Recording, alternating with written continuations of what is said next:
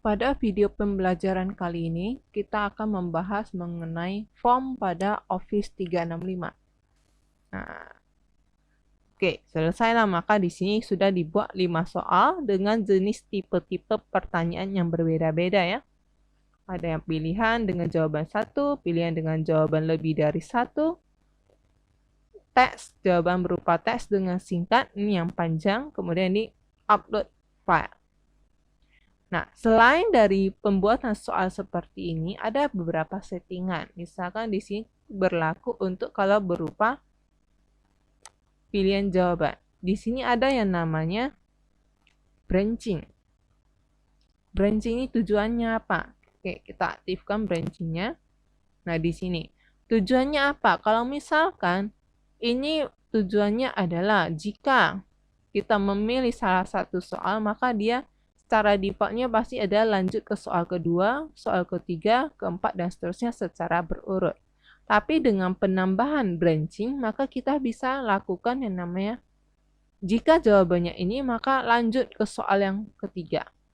Jika memilih jawaban yang kedua, maka lanjut ke soal keempat, dan seterusnya. Bisa kita setting kalau kita menambahkan branching. Nah, contohnya nih, jika memilih yang 365, maka kita bisa next. Ya, ini ada pilihannya, soal keberapa. Ya, bisa dipilih. Nah, cuma di sini efeknya, kalau kita menggunakan yang namanya branching di sini, maka soalnya itu pasti akan selalu terurut seperti saat kita membuat soal ini. Ya, kita bisa tidak melakukan pengacakan. Nah, ya, tapi kalau misalkan kita ingin mengacak soalnya, kita batalkan dulu. Nah, kita bisa melakukan penyetingan pada form di sini, ya, pada di sini ya, titik 3 di sini, kemudian kita klik setting. Nah, pada bagian sini ada beberapa settingan yang bisa disetting. Pertama, option for quiz. Nah, di sini apakah setelah respon dan memberikan jawaban, dia bisa langsung tahu mana jawaban yang benar. Jika ingin, maka di sini aktifkan. Tapi kalau kita tidak ingin si user langsung tahu, maka kita nonaktifkan. Jadi, kapan dia tahu jawabannya? Setelah dari yang membuat soal ini memberikan feedback. Ya. Nah, kemudian apalagi yang bisa disetting selain settingan ini? Yang pertama, yang berikutnya, siapa saja yang bisa memberikan respon terhadap pertanyaan Anda? Apakah setiap orang yang mendapatkan link ini, ya, atau orang yang satu organisasi dengan kita, ya? Nah, maka di sini bisa di-record namanya dan kita bisa menentukan apakah satu orang itu hanya boleh memberikan sekali jawaban atau berulang-ulang. Jika berulang-ulang, maka kita buang checklist yang ini. Tapi kalau kita hanya membatasi satu orang satu respon, maka kita wajib mengaktifkan one respon per person. Ya, dan kita catat namanya. Oke, kemudian di sini kalau hanya pertanyaan ini ditujukan ke orang tertentu, maka kalian boleh pilih spesifik ya person. Ya, orang tertentu yang kalian tunjuk aja.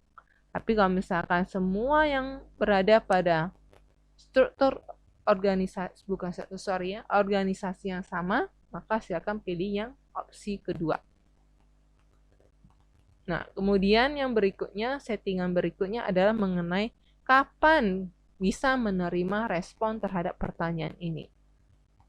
Ya, bisa ditentukan kapan dimulainya, ya, kemudian kapan berakhirnya. Ya, kapan awal dan kapan berakhir, dan di sini ya kalau misalnya berakhir ya di sini ya pembatasan ya kan. Nah, kemudian untuk shuffle question, nah inilah maksudnya. Kalau tadi kita gunakan branching, shuffle question sudah tidak berlaku lagi karena tidak bisa yang menerapkan namanya branching. Karena urutan soal di sini yang awalnya 1 bisa aja nanti begitu responder pertama menjawabnya ini adalah soal ketiga. responder kedua, soal kedua bisa bervariasi kalau kita mengaktifkan yang namanya shuffle. Ya, shuffle question kemudian all question. Nah, ya. Dan di sini kita juga bisa memberikan respon kalau si responder sudah menyelesaikan mensubmit jawabannya, kita memberi ucapan misalnya terima kasih atas kesediaan waktu memberikan respon. Contohnya seperti ini. Dia begitu submit maka mendapatkan pesan seperti ini. Nah, ya, dan di sini untuk yang berikutnya apakah begitu ada yang kirim kita dapatkan email atau tidak. Nah, ini contohnya. Inilah beberapa settingannya. Dan juga kalau misalnya setelah kita selesai membuat ini, untuk membagi pertanyaan ini ke orang lain, kita bisa lakukan yang namanya share. Nah, untuk share sendiri di sini ada beberapa ya. Nah, ada di sini yang pertama send and collect response ya.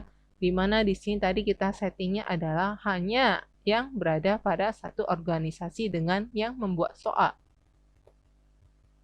Oke, nah maka silakan langsung copy, kemudian kirim ke respondernya. Ya, nah atau kalau misalkan ternyata form ini bisa dijadikan template untuk orang lain untuk memperbaharui isinya, maka kita bisa lakukan yang namanya share as template, kemudian kita klik untuk dapatkan linknya dan inilah kita share ke orang. Jadi begitu orang lain mendapatkan link ini, nah kita copy misalkan ya untuk memberikan contoh. Kemudian saya buat baru ya. Nah, begitu saya pastekan. Nah, ini jadinya seperti ini, duplikat. Jadi ya, hasilnya sama seperti tadi ya. Dan di sini coba diperhatikan. Nah, ini kan soal pertama sudah upload pas foto, pada tadi di form kita itu adalah yang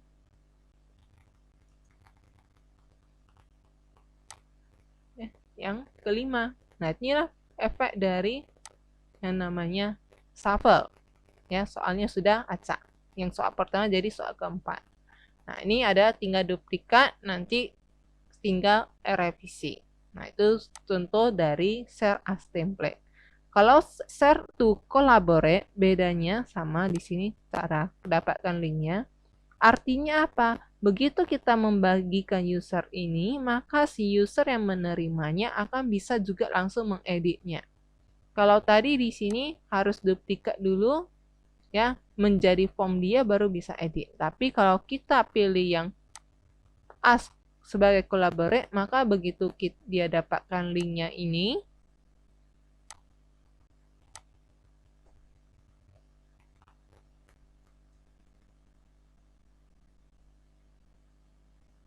ya ini yang sebagai collaborate, maka nah ini ya harus login dulu agar bisa langsung mengaksesnya.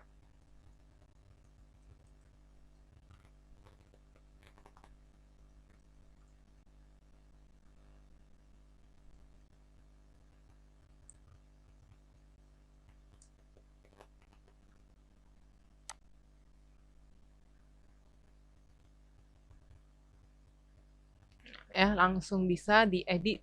Ya beda dengan tadi harus duplikat lagi. Jadi udah tahu ya bedanya ya antara yang duplikat, share sebagai template, dan juga share sebagai collaborate. Kalau share sebagai ini responnya tinggal langsung meminta jawabannya. Ya, begitu jawabannya sudah diterima, maka nanti di sini kita bisa lihat responnya. Jawaban untuk persoalnya. Dan kira-kira, nah ini kalau tadi kan ada poinnya, total di sini untuk soal ini ada 50 poin. Nah, kita bisa tahu rata-rata poinnya berapa. Nah, ya. Nah, untuk contohnya untuk bisa mengetahui respon ya. Jadi misalkan ini yang sebelumnya. Ya, kita lihat misalkan, nah ini ya.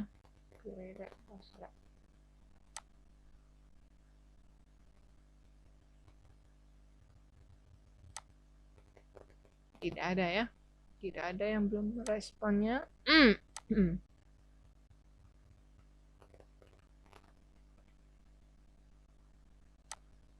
Kita ambil contoh yang lain ya. Nah, jadi misalnya di sini nampak, nah, sudah 37 orang yang meresponnya dengan total nilai rata-rata 89,7.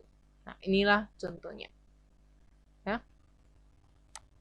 Nah, oke, demikian untuk video pembelajaran mengenai cara membuat form pada Office 365.